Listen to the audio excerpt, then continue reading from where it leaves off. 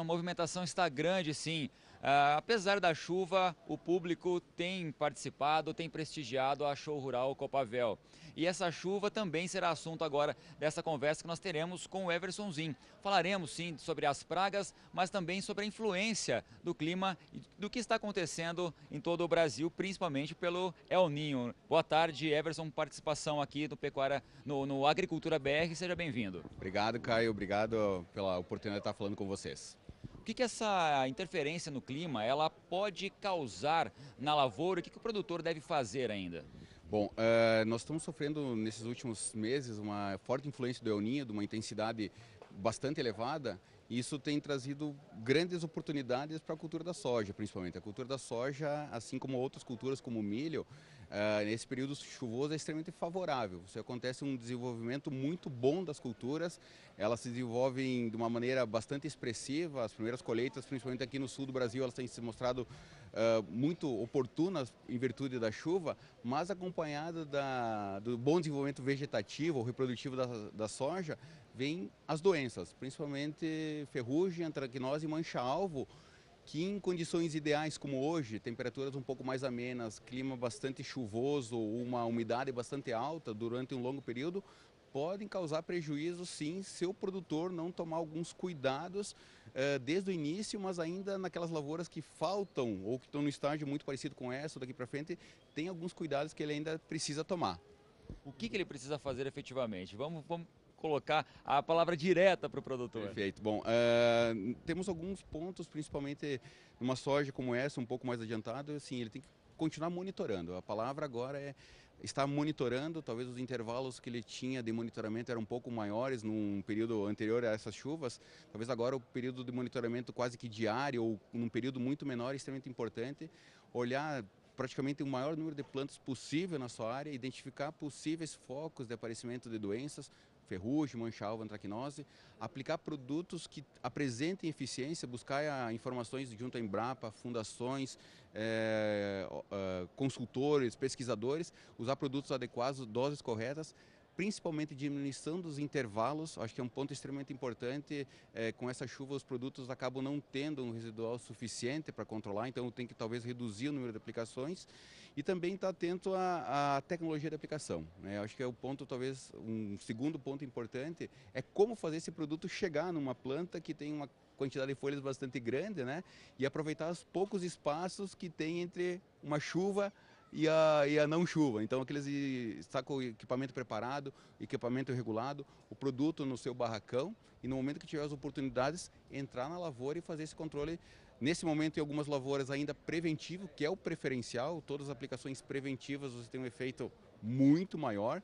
Em alguns casos, infelizmente, vai ter que fazer a aplicação curativa e vai ter alguns, talvez, intervalos de aplicações menores do que quando foi feita aplicações preventivas.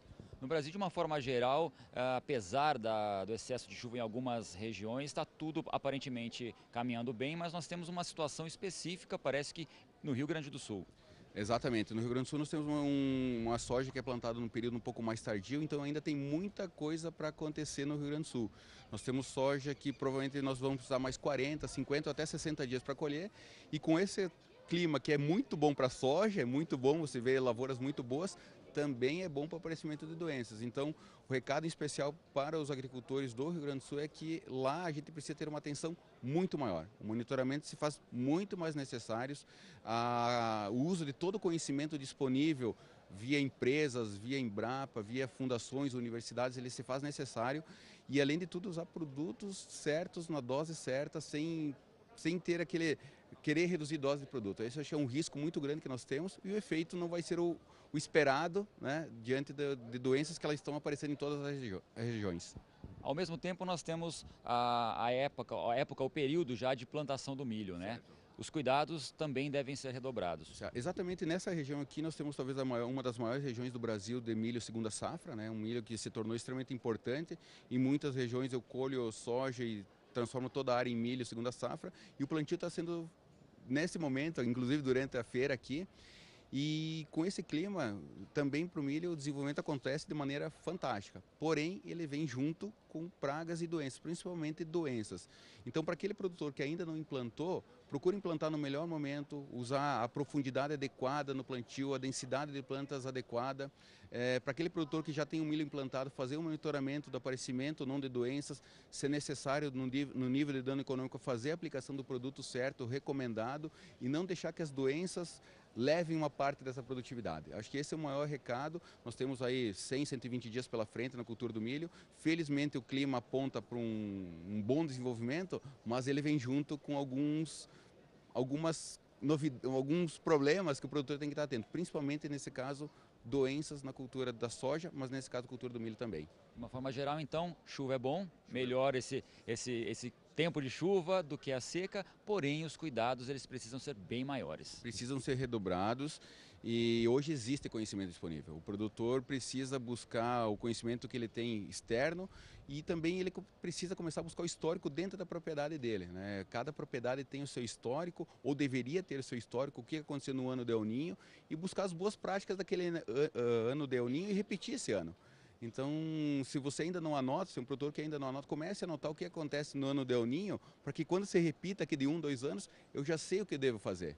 Então, isso acho que é uma dica também para que a gente consiga melhorar o processo. Processo simples que deve ser realizado pelo produtor. Deve ser realizado pelo produtor porque cada propriedade é uma propriedade. Por mais que a gente tenha experimentação agrícola feita em vários municípios, dentro do município nós temos outras variáveis. E se eu tiver esse histórico da minha propriedade, fica mais fácil eu entender o que acontece naquela situação de El Niño ou eventualmente de um Laninha.